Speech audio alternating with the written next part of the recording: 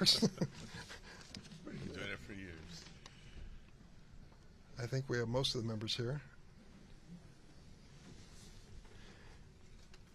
This was an extraordinary and historic day for this committee, not just to consider a person of extraordinary qualifications, but also to have the opportunity to begin this process, giving this amazing judge an opportunity to be the first African-American woman to serve on the Supreme Court. You'll notice during the course of the day, no one questioned her qualifications. There are no questions to ask. She has time and again reached the highest level of achievement in her own academic life and certainly in her pursuit of the law, and has been honored by this committee on 3 separate occasions to win its approval with bipartisan leadership, and I hope we see it again. There were some questions that were asked of her which she did not have a chance to respond to. Tomorrow she will. And I hope that we're looking forward to her being given a fair opportunity to respond to some of the charges and some of the questions that were raised. We believe that she has a compelling story to tell to the American people. Her close, I thought, was especially touching. She spoke not just as a person aspiring to the Supreme Court, but as a proud mother and wife and member of a family that has been so supportive of her every step of the way.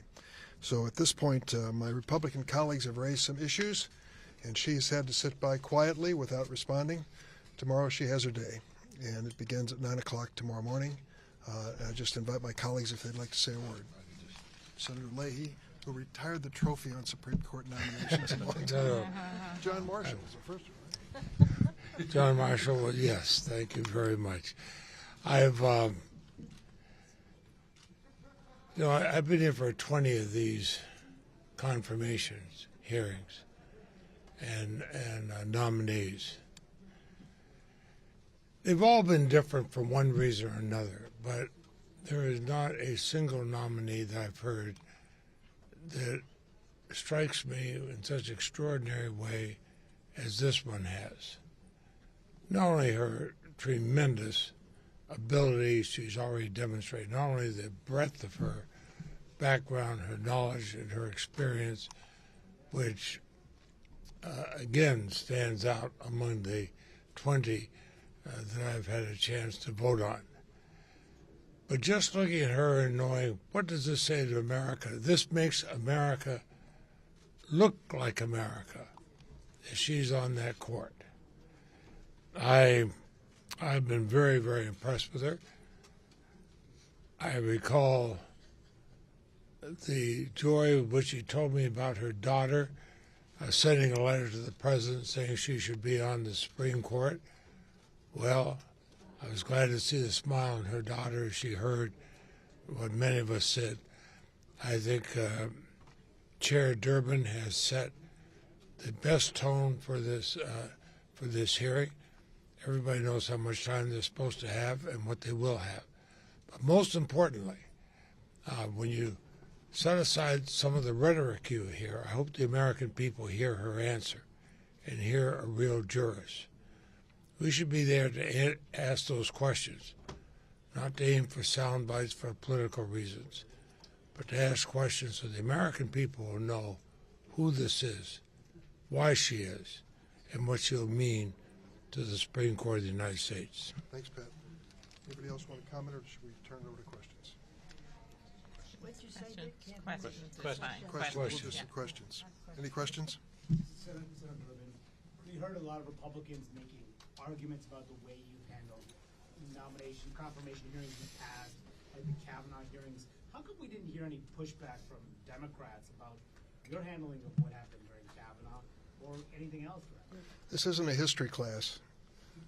We learned from past experiences, some of which we could control and some we couldn't. We could go chapter and verse through each one of the nominees and what happened. I'm looking forward, and I think this committee is looking forward, to work with the Biden administration to bring the very best to the federal judiciary. And I think Judge Jackson is one of those people. But do you have any regrets for the way you handled the Kavanaugh proceedings? Listen, we all learn from life experiences. I hope you do. I do. And some of these were in our control and some out of our control. I don't want to relive that history. I think we're pushing forward with an eye to the future. Senator, are you worried at all that with these soft on crime accusations from some of the Republicans on the committee, not just Senator Hawley, Senator Blackburn went fairly heavy on that as well, that the judge departed downward from the sentencing guidelines. Do you worry that that might risk Republican support for this nominee? I hope it doesn't. I hope they're fair-minded. But those of us who are on the committee can tell you that every nominee from the Biden administration faces the same charge, regardless of their background, regardless of their record. It is a campaign theme for 2022, and it's played out every time the Judiciary Committee meets considering any nominee. I don't think there's any credibility to it. How could this woman possibly have the endorsement of the International Association of Chiefs of Police and the Fraternal Order of Police and be soft on crime? She's balanced, and her record shows it, and she has 573 written opinions to prove it. Mr. Chairman, Senator Blackburn also made a cultural accusation regarding a school board that Judge Jackson did him for. You know this nominee. You know her very well. You know her whole history. What was your response? What's your response and thinking on that? Well, I think that given an opportunity that Judge Jackson will clear that up quickly. She was at a disadvantage today. We had 22 senators speaking to her, many making accusations and asking questions, and she had to sit placidly, calmly, and wait for her day tomorrow. So I trust her response will be a good one.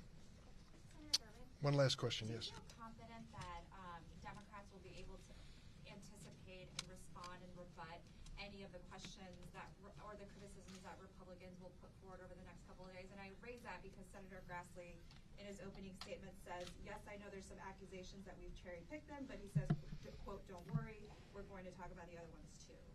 Well, I can just tell you they can raise any issues they wish, and the American people will be the ultimate arbiter as to whether it's a good faith inquiry as to a person who wants to serve on the highest court in the land. Are we ready? You bet we are. Do you have 50 votes? Hmm? Do you have 50 votes? We'll count the votes when the day for the voting takes place, not before. How early? Well, we want to have it in the first week of April. That's enough. Oh, committee vote. Oh, no. Let me see. That'll be Would you put it on the 2 weeks from Thursday. Is that right? Staff, is that right? I think it is. We have to. Would you put it on the, Let's get put through it this on one the first. agenda for this Thursday? Oh, they haven't Oh, we set have. the date, says Joe. We're working on that. Let's get through the confirmation. I'll show up for the vote day, whatever you have. Whenever it is, we'll have full attendance on the Democratic side. Thanks, everybody. We'll all be there. Thank you, everybody. Thank you very All much. right, thank you.